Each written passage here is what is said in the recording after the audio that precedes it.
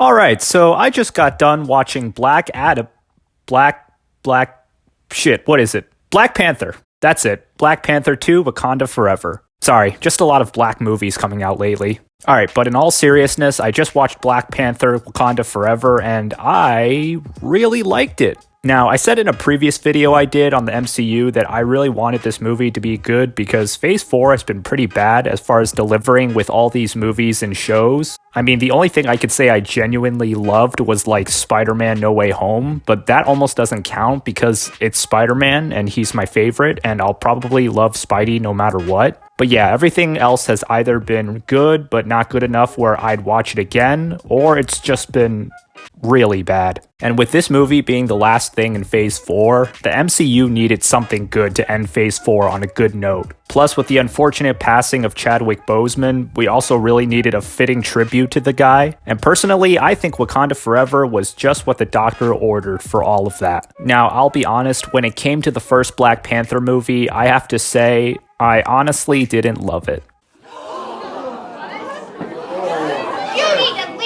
Now, before any of you go off and call me a racist for not loving the first all-black superhero movie, which seemingly got universal praise and awards all across the board, let me just say I didn't hate it. I just don't think it's the best MCU movie. It just kind of falls among all the other average MCU movies. Now, this is admittedly a bit of a hot take, but it is my personal opinion that the only really good movies in the MCU are the Spider-Man movies, the Avengers movies, no, not you, get out of here, the Guardians of the Galaxy, and Thor Ragnarok. Everything else either falls from fairly good but not good enough where I'd watch it a second time to just really bad. The thing is, if you've been paying attention to my scores, you'll notice that most of my MCU scores fall from the 4 to 7 range, which, if you remember, I said 5 is my perfectly average score, as in not good, not bad, just right in the middle. So most of the movies falling into the 4 to 7 range is pretty consistently average. There are, of course, some movies that are really good, like Infinity War, and some movies that are really bad, like Eternals, but most movies are pretty average. They're just in the middle, and Black Panther 1 is one of them. If I'm being honest, when I look at the Black Panther score on Rotten Tomatoes, I think one of the reasons why it is so high is because a lot of people felt like they had to give the movie a good score or they would be accused of being a racist. But if we're really being honest, I mean,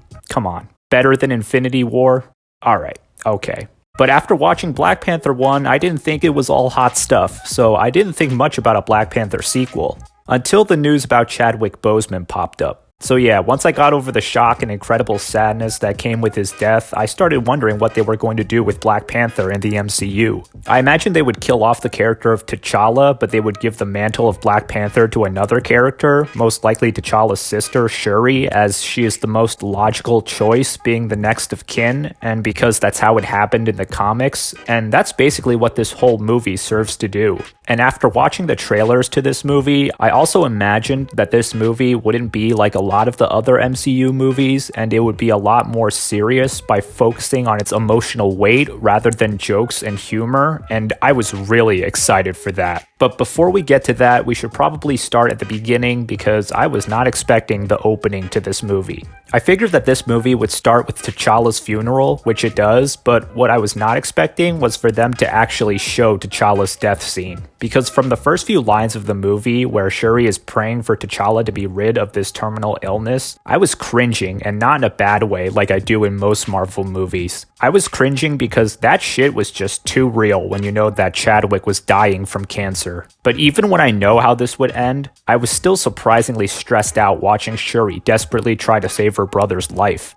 Then once the scene ended with the Queen Angela Bassett announcing T'Challa's death and we transitioned to T'Challa's funeral, I was thinking how if the opening was that intense and if they could maintain that level of seriousness, this might be a really good movie. And in a lot of ways, it did. This movie continues the very real-world scenario that was set up at the end of the first movie where Wakanda revealed its existence to the United Nations and they talked about what Wakanda could offer. This movie also has great action scenes all throughout, two of which immediately follow the UN scene where we get the Dora Milaje defending Wakanda's vibranium from thieves and the introduction of Namor, who absolutely bodies these guys trying to extract vibranium from the sea, which is the vibranium vibranium from his home, Talokan. My favorite action scene, though, has to be the chase scene that ended up on the bridge. It's like the chase scene from the first movie, but far more intense. As a matter of fact, everything from this movie is more intense than the first one. And that might be because in the first one, the scariest thing the good guys fight is like each other. They also fight some humans, but that's not nearly as scary because the good guys are Wakandan warriors with next level weaponry. It just never really felt like the good guys were in that much danger. But by comparison, the fight scenes are much more intense in this movie because the Wakandans are fighting these things from a completely unknown separate realm, very similar to Wakanda itself. They're fighting these subterranean amphibious warriors. They're pretty much Atlanteans.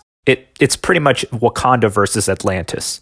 I know that sounds kind of dumb, but it's actually kind of fun, trust me. The jokes in this are also better than most other Marvel movies. I don't really remember any jokes that felt out of place or awkward. The dialogue felt pretty natural. And that's when the humor and writing in the MCU is at its best, is when it feels natural. The worst type of humor is when it feels forced and unnecessary, and this movie didn't really have that. There might have been like one or two instances, but they're not nearly offensive enough to stand out or make me annoyed. The performances are also excellent, particularly that of Angela Bassett and Denai Guerrera. The best moment between characters in this movie is between those two, and it's one of the most intense emotional scenes I've seen in a while from the MCU. But that being said, the rest of the cast did good too. It's just that those two in that particular scene stood out to me. Letitia Wright, Lupita Nyong'o, and Tana Huerta Meja had good performances too though, as Shuri, Nakia, and Namor. Speaking of which, Namor, the Submariner, is one of the better villains I've seen in the MCU. I almost don't even want to call him a villain because he doesn't even really feel like a villain. At the end of the day, Namor has very understandable motivations and is almost not even a really violent character. He just wants to protect his home by aligning with their fellow vibranium-rich allies in Wakanda. He's essentially doing what Wakanda did before Wakanda decided to open up to the United Nations and reveal their existence by collaborating with the rest of the world. So Namor's actions are very justifiable, and he almost doesn't ever resort to violence unless him or his people were attacked first. It was the government that invaded their territory and Wakanda that infiltrated their home first that prompted an attack in return from Namor and Talokan. Also, as necessary as Namor's origin story was, I don't think it needed to be as long and as slow as it was. And that kind of plays into some pacing issues where I kind of zoned out for a moment or two and had to actively tell myself to pay attention again. But my lack of attention was at its worst during Namor's backstory. I missed like the entire first half before I told myself to focus again.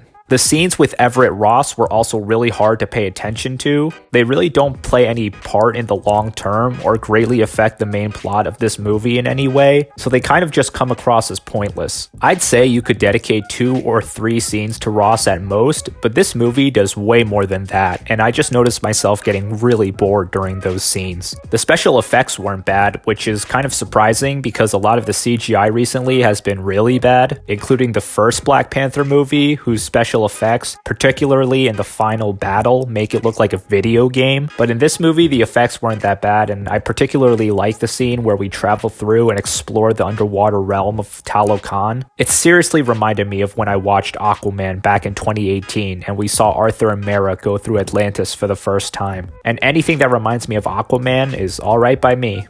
And no, I am not joking. But the movie ends the way me and pretty much everybody thought it would. Spoilers, by the way. Shuri becomes the new Black Panther, and Shuri battles Namor, and they do the thing from BVS where Batman spares Superman's life after he sees that they're more similar than he originally thought. Except obviously in this movie, it's done way better because they actually built up to it in a way that makes sense, with Shuri and Namor talking earlier in Talokan, and Shuri coming to understand why Namor feels the way that he does and is doing what he's doing. I also love the ending to this movie. It's probably one of my favorite things in the entire MCU, right up there with Infinity War, with Shuri finally grieving over T'Challa's death, which also serves as a tribute to Chadwick Boseman. And then the movie just ends. The movie just ends on Shuri's teary-eyed face as she remembers her brother, T'Challa. Up until the very last second, there is no emotional, sad music behind it or anything.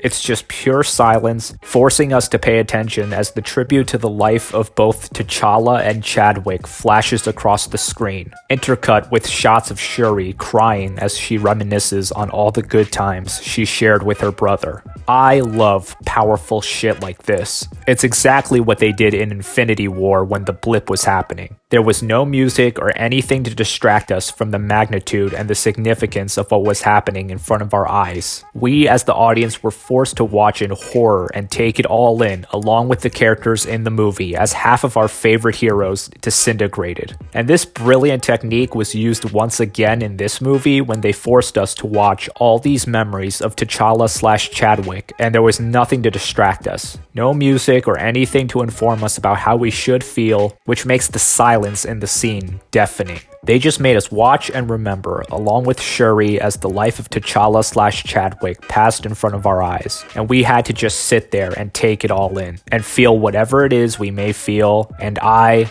loved that. It makes the scene so much more impactful. But yeah, that's basically it. Honestly, I don't have that many bad things to say about the movie. I don't think it's amazing, but it's better than a lot of the MCU movies I've seen recently, especially during this phase. It's got a lot of emotional weight behind it from Chadwick's death. It's got intense action, excellent performances, and if there was something that I had to criticize, it would probably be the pacing and the runtime. Like I said, there were some scenes that just felt pointless or went too long, and when you add in the almost 3-hour runtime, it could start to feel a bit excessive. I feel like you could just as easily make it 2.5 hours and it would still come across just as effectively as it did with 3 hours. But overall, this was still a pretty good movie, and I'm glad they were able to at least end things on a good note with this movie, because when it came to this phase, well, I'll get into my thoughts on Phase 4 overall later on in the video. But for right now, I'll give the last film of Phase 4, Black Panther: Wakanda Forever, an 8.5 out of 10. Now, we've got one more thing to review before I give my overall thoughts on Phase 4, and luckily, this one won't take that long, because when it comes to the Guardians of the Galaxy Holiday Special, I honestly don't have much to say. It's just a cute little Christmas story with the Guardians. There are some interesting choices with this special though, like the special starting with an animated flashback. I don't know why they chose to make it animated when they've done flashbacks before in live action. Maybe they just couldn't get Michael Rooker to sit in the makeup chair for hours on end putting on Yondu makeup for this short little 42-minute special. Also, this special starts with a musical number, which is a little weird because this special exists in a universe of action, adventure, comedy movies, not musicals. So these characters that fought in like battles for the fate of the universe are now singing to each other to explain what Christmas is to one another. Like, it makes sense to have a musical number in something like Hawkeye because they're actually showcasing a musical that our characters are watching. But for the characters themselves to just break out into song in the middle of the story is a little weird. I guess it really doesn't matter though. It's not the first thing that doesn't completely make sense conceptually speaking. But this special mainly revolves around the Guardians trying to give Peter Quill a good Christmas and Mantis and Drax trying to find a Christmas present for Peter. So this leads to them kidnapping Peter's favorite actor Kevin Bacon and giving him as a gift to Quill. And this works mostly because Drax and Mantis are hilarious together. There are some moments that I think are a little cringy, like it just seems like they're trying too hard again with some of the dialogue and jokes, but it's not enough for me to get really annoyed. And it kind of helps that this is a Christmas special because I think that on its own automatically makes it more enjoyable and harder to get annoyed at. But yeah, Drax and Mantis get Kevin Bacon and bring him to Peter to sing a little song, and they all celebrate and exchange gifts, and the only thing that holds any real weight for the future canon of the Guardians happens, where Mantis reveals to Peter that she's his sister, which makes for a pretty cute moment, and the special is over! Yay! So, 6 out of 10? I don't know, does this one really matter? So Black Panther 2 and the Guardians special were the last film and overall thing in Phase 4, respectively, and I figured I would give my overall thoughts on this phase before I go. Overall, this was just not a very good phase. I look back at all my reviews and reactions over Phase 4, and most of them fell to the 4 to 7 range, which is pretty average if you remember that 5 out of 10 is my perfectly average, not good or bad, right in the middle score. And that checks out because the MCU in general is pretty average. But the thing is, thinking back on some of this stuff, a lot of these scores have actually dropped in hindsight. So that means a lot more stuff actually ends up in the 2 to 4 range, which is bad. And the MCU has had bad stuff before, but this phase definitely felt like it had more bad stuff than usual. And I think the reason for that is because this was very much what I like to call an establishing phase. Because there was a bit of a reset after the Infinity Saga ended with Avengers Endgame, where a lot of our main heroes either died or retired, and the MCU spent this phase mainly trying to either push a lot of the B-tier side heroes into the spotlight to lead this new generation of Marvel, or they tried to establish completely unknown new heroes to help make up for the heroes that they lost. So they spend a lot of time establishing these new faces, hence why I call this the establishing phase, which can honestly be kind of boring because it doesn't really feel like they're setting up a big story yet. And in all fairness, for the people who say this new saga just sucks so much more than the Infinity Saga, Phase 1 kind of had the same job where it needed to establish these characters that we all love today, like Iron Man and Captain America and Thor, and a lot of those movies weren't that great either. Like, The Incredible Hulk was kind of a joke, Iron Man 2 was really boring, Iron Man 1, Captain America 1, and Thor 1 were all really average. But the thing with Phase 1 is that it still kind of built up to a big story at the end of the first phase with that first Avengers movie. That first Avengers movie was really almost a cultural phenomenon. It put this universe on the map. And this phase didn't really have anything like that. It kind of just felt like we were watching what all these characters have been up to after Endgame. And that's fine if you really just feel like watching more Marvel, but to get people to really care and invest in this universe, there kind of has to be a point to all these stories, even if some of these stories are bad. There has to be something in the end that these characters are being established for. Otherwise, it feels like you're just making bad movies for the sake of making more movies in the MCU. And I think that's why this phase is looked at so negatively, is because when you think that these movies are bad, then that's it. There's nothing else. Nothing saying, oh, just wait until we get here, then it'll all be worth it. They just exist to be bad right now. It doesn't feel like there's a point to them. And I'm not saying you need to center all your movies around getting to a big end goal, because for movies in Phase 1, it might have been just one scene, like the one at the end of Iron Man 1 explaining the Avengers initiative so that it could lead to the end of Phase 1 with the first Avengers movie. But Phase 4 didn't really have any of that.